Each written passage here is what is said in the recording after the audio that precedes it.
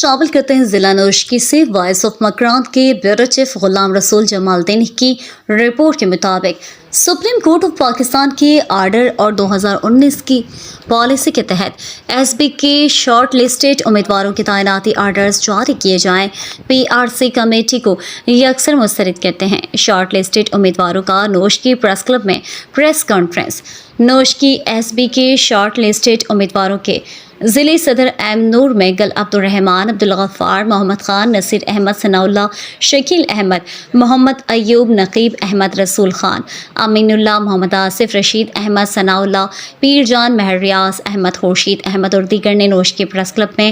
Press conference سے خطاب کرتے ہوئے کہا کہ پچھلے سال حکومت بلوچستان محکمہ تعلیم نے بلوچستان بھر میں گریڈ 9 سے 15 کے 9000 اساتذہ کی اسامیاں مشتہر کر کے ایس بی کے یونیورسٹی کے ذریعے ٹیسٹ انٹرویوز منعقد کیے گئے اور رزلٹ آنے سے پہلے دسمبر 2023 کو بلوچستان ہائی کورٹ نے ان اسامیوں پر اسٹے آرڈر جاری کر دیا۔ بعد ازاں ہائی کورٹ کے فیصلے کو سپریم کورٹ میں چیلنج کر دیا گیا۔ سپریم کورٹ نے بلوچستان ہائی کورٹ کے فیصلے کو کالعدم کر کے ایس بی کے کو رزلٹ جاری کرنے اور حکومت بلوچستان کو 2019 کے پالیسی کے تحت شارٹ لسٹڈ امیدواروں کے تعیناتی آرڈر جاری کرنے کا حکم دیا اور اب حکومت بلوچستان اور وزیر اعلیٰ بلوچستان سپریم کورٹ کے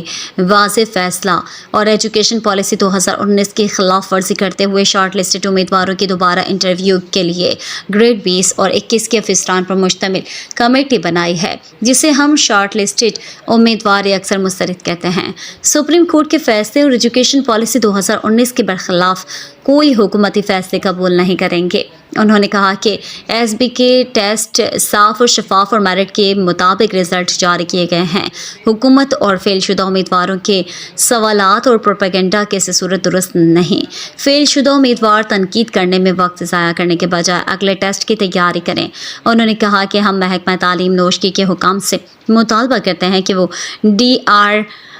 سی کا عمل جلد از جلد مکمل کر کے فائنل رزلٹ بنا کر آرڈرز جاری کریں۔ انہوں نے کہا کہ ہم حکومت اور محکمہ تعلیم پر واضح کرنا چاہتے ہیں کہ ہم سپریم کورٹ فیصلہ اور ایجوکیشن پالیسی 2019 کے برخلاف کسی انٹرویو کا حصہ نہیں ہوں گے۔